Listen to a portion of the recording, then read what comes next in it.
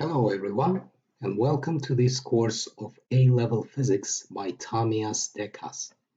Today, we are going to recall the physical quantities and the units associated with them.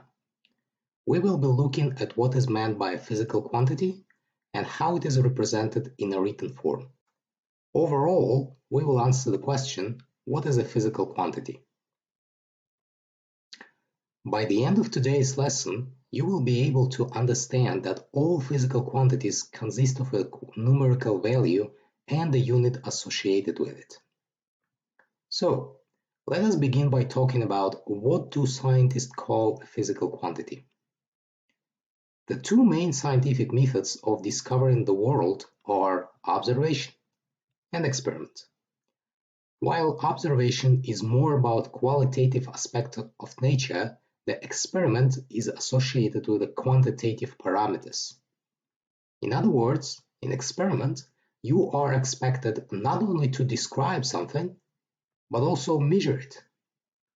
The value that you measure in the experiment is a physical quantity.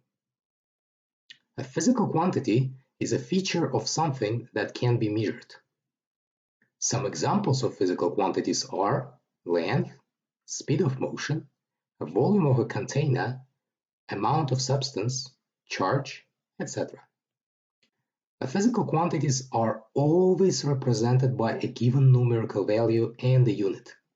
It is very important to understand that without an appropriate unit, the number representing a physical quantity does not make sense at all.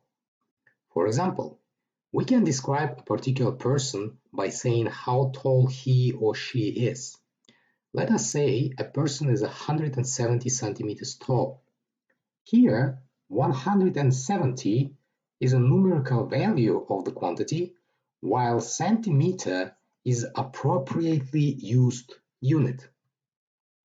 If you're going to say that the person is 170 tall, the people still might understand what you mean, but you're gonna sound a little bit weird.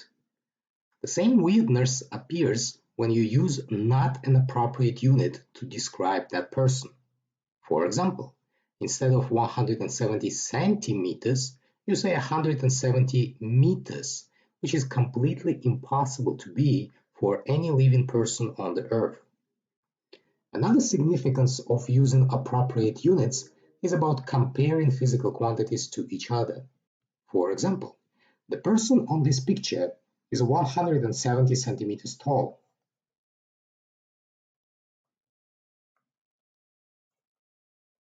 While the tree he stands next to is 5.2 meters in height.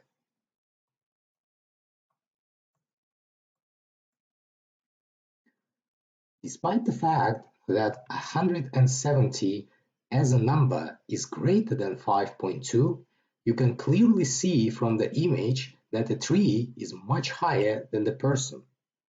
Here, we need to keep in mind that 1 meter is equivalent to 100 centimeter, and so 5.2 meters are actually 520 centimeters, or we can represent 170 centimeters as 1.7 meters.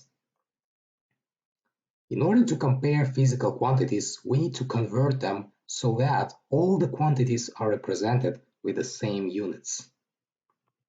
That's it for today. Thanks for watching. If you liked this video, press the like button, subscribe to my channel for more A-Level Physics videos. Here with you was Tamias Dekas with all his love and passion to teach you physics. See you next time.